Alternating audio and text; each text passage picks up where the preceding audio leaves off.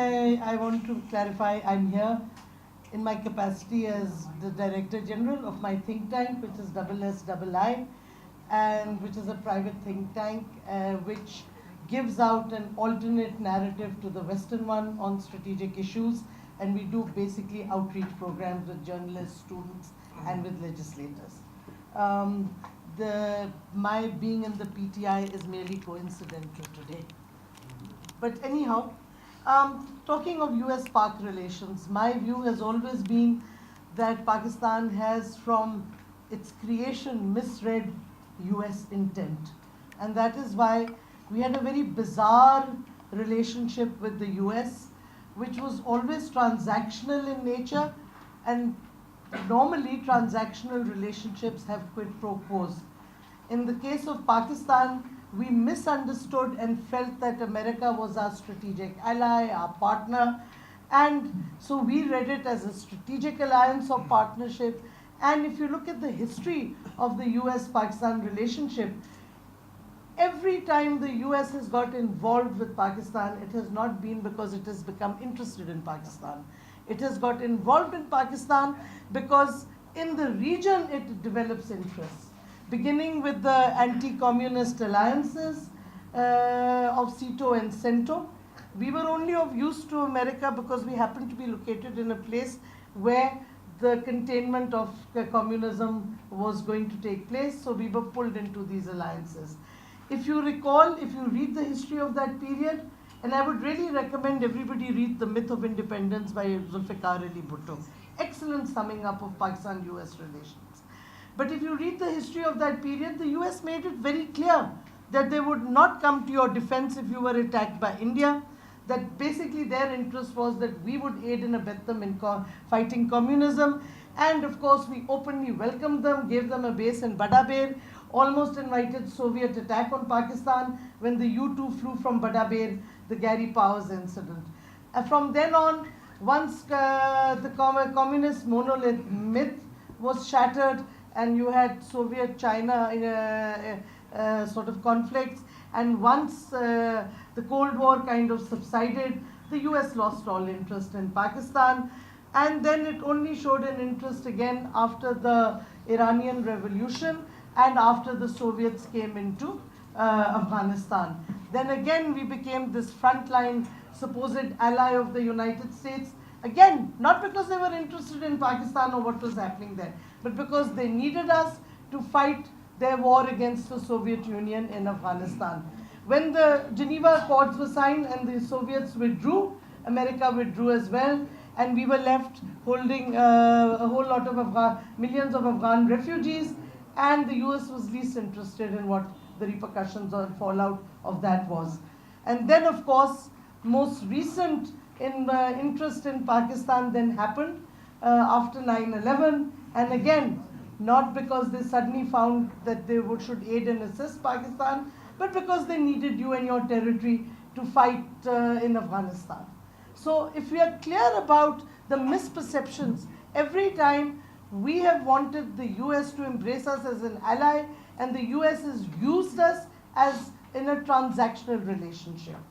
We allow ourselves to be used. That is our fault, our leadership's fault.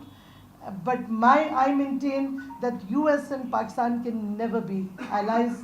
They can cooperate on issues, but our strategic interests are different in this region. And the sooner we accept that the US at the very best is not an ally, at worst it is at present a hostile state, we will be better able to formulate our reactions to the United States. US interest is containment of China, building up India as a regional power, and isolating Iran. Now, think carefully, do any of these interests coincide with Pakistan's interests? Not even one. In fact, our interests are contrary. We will never bandwagon with India, we will always balance India. We want China to be a more active player in the region, and hence CPEC. And why would we want to isolate Iran, with whom we have cultural, historic, religious ties and a border over which we don't have a conflict? So if there is nothing in common, then we need to revise the way that we deal with the US. And if you're still not convinced that the US is not an ally, then please I draw your attention to 3 formal statements that have been issued by the US beginning in December 2017, the National Security Strategy paper. It must be read to hear what the US thinks of you and what they think of India. Then the National Defense Strategy brought out in 2018 in January, and or February, and Nuclear Posture Review also brought out in the first 2 months of 2018. And add to that the Trump tweets, because clearly now US government is done, policies are done through Twitter. Tillerson was sacked through Twitter. So I guess that's the limitations of Trump's brains. He uses Twitter, can't go beyond that. But remember the August tweet of President Trump, and add to that, that was followed by Nikki Haley abusing us to kingdom come in the UN, targeting us of not doing enough, of being the sort of, holdout of all the terrorists in the world, as somehow sitting in Pakistan. And if that was not enough, we had, of course, a number of State Department officials also castigating and accusing us of all the horrors that exist in the world. They can only happen because of Pakistan.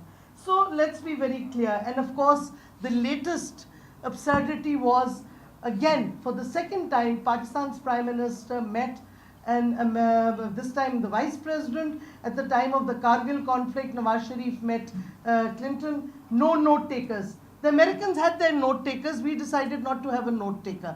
What happened during that meeting? Clinton, Nawaz Sharif, Bruce Riedel sat in that meeting and gave this whole statement that, oh my God, Pakistan had put up its missiles and was about to attack India with its nuclear weapons, despite the fact at the time that our missiles and our delivery systems were not even mated.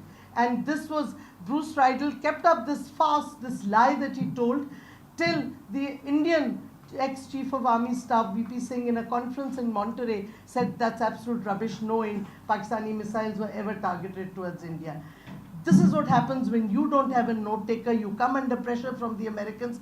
They keep a note taker. We don't. So there's no record in the Foreign Office of what was ever decided. And same thing has happened now. Abbasi met Pence. Pence had a note taker. Abbasi threw all the Pakistanis out. Note taking is extremely important, as Basit will verify, in diplomatic meetings, especially if one side is keeping a note taker. Why did Abbasi not keep a note taker? That is a question that we will ask in the next session of the Assembly also, but it is a question the country should ask, because immediately after that, Pence came out with his views that Pakistan, we are disturbed with the Pakistan-China relationship, we can't have better relations, till Pakistan cuts off its relations with China, or at least reduces its interaction, and because Pakistan needs to do more. The old do more mantra, which seems to now be imbibed in the American psyche, so we should at best ignore it. I take issue that Basit said that we don't have a consensus. After the Trump tweet, the National Assembly passed a consensus resolution giving the government guidelines on how to behave with the US. Sadly, the government did not follow those guidelines. And we should follow those guidelines, because let's face it, we can't have a war with America. I'm not saying we should. But it's going to be a central player in this region. But we need to review the relationship, because look, the national security strategy in the US states very clearly, politically, and I quote from that paper, the Americans say, we will deepen our strategic partnership with India and support its leadership role in Indian Ocean security and throughout the broader region. We will press Pakistan to intensify its counter-terrorism efforts, since no partnership can survive a country's support for militants and terrorists who target a partner's own service members and officials.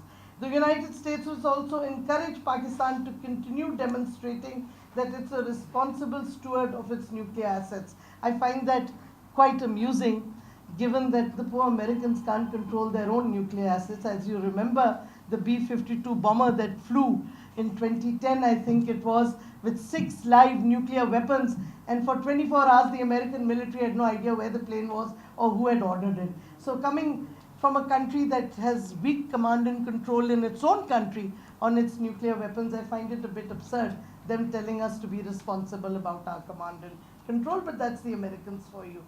And of course, the US said the US continues to face threats from transnational terrorists and militants operating from within Pakistan. I don't know how they've come to that conclusion, but anyhow. Then, of course, they've said that the prospect for an Indo-Pakistan, and I'm quoting all this, Indo-Pakistan military conflict that could lead to a nuclear exchange remains a key concern requiring consistent diplomatic attention. How interesting, given that the US is creating an imbalance of nuclear weapons in this region by not only giving India nuclear weapons technology, but also helping it build a ballistic missile defense capability. Because when India is developing a BMD, the only option for Pakistan is to increase its warheads and its delivery vehicles. So, if the US is concerned about a nuclear war between Pakistan and India, it really needs to revise its military and strategic partnership with India. But of course, it's not going to do that. Then, of course, they talk about we seek an American presence in the region proportionate to threats to the homeland and to our allies. We seek a Pakistan that is not engaged in destabilizing behavior and a stable and self-reliant Afghanistan. I don't want to discuss Afghanistan, it will take up too much time, but one of the major factors for destabilization, and I'm saying it and I can have a discussion and prove it, is the presence of the US itself in Afghanistan, because they have no clear policy, they have a military presence, they don't know whether they want to fight a war or they want to negotiate in dialogue for a peace. So this confusion is causing destabilization in Afghanistan and preventing regional countries from moving towards peace with Afghanistan. And then I don't want to go into the economic parts of the NSS or the military and security. Let it suffice that everybody knows the extremely entrenched and expanding US-India defense and security relationships. They are now, India and the US have signed an agreement whereby they'll open each other's bases for their forces to each other. We will also, now the French have also signed an agreement just a couple of days ago with the Indians that they will give access to each other's naval bases to their forces. So there is this Western alliance that is very much being created. So we should be first step that Pakistan needs to take is to create some space between itself and the US. We need to renegotiate all the cooperation that we went into with the US post 9/11. We need to reduce the number of US personnel in Pakistan. Let's go according to diplomatic norms, reciprocity of numbers, parity of numbers. If we have 20 diplomats in the US, there should be only 20 diplomats in Pakistan. If we have non-diplomatic staff into 100 or 200, same number should be in Pakistan. These are diplomatic norms which we have abandoned in our relationship with the US. Let us re-establish that, reduce the number of Americans here, and hopefully if our government comes into power, we will ensure that something is done about that fortress that is being built in the diplomatic enclave. We would want to see the legality of that fortress because there are a lot of illegalities. Anyhow, as long as the situation remains unstable in Pakistan, in Afghanistan, NATO and US forces will need Pakistan's help. We have a window of opportunity. We should not be fearful of exploiting it. We should also stop American access to airlocks and Glocks till they pay us for them. At the very least, let's at least make some economic capital out of it. Do you know that they do not pay a penny for the use of our military use of our airspace and our land transport routes? The National Assembly resolution demanded that this should be stopped, and we should do it. Nothing will happen when the US is not going to come and attack you and destroy Pakistan. Let's not be fearful. Have the courage to take a position, especially when the entire political spectrum supported that position in the shape of the resolution. The Indo-US defense deals are a direct threat to Pakistan's security. And Basit Saab spoke about the various supplier groups. India, because China has prevented India from getting membership of the nuclear suppliers group, India has gone about it in the indirect route, and the Americans have pushed India's membership and gotten it for India in the MTCR, the Wassenaar arrangement, and the Australia group. So now that logic is going to be used, that since India has got membership of these 3 supplier clubs, why not give it membership of the Nuclear Suppliers Group? Sadly, our the diplomacy on that front is totally lacking. So what I am saying is we need to revise our relationship issue by issue with the US. We cannot have we are not strategic partners clearly, but we can have a transactional relationship, which is what they've always had with us, and have issue specific cooperation based on reciprocal give and takes. We need to create that space between Pakistan and the US.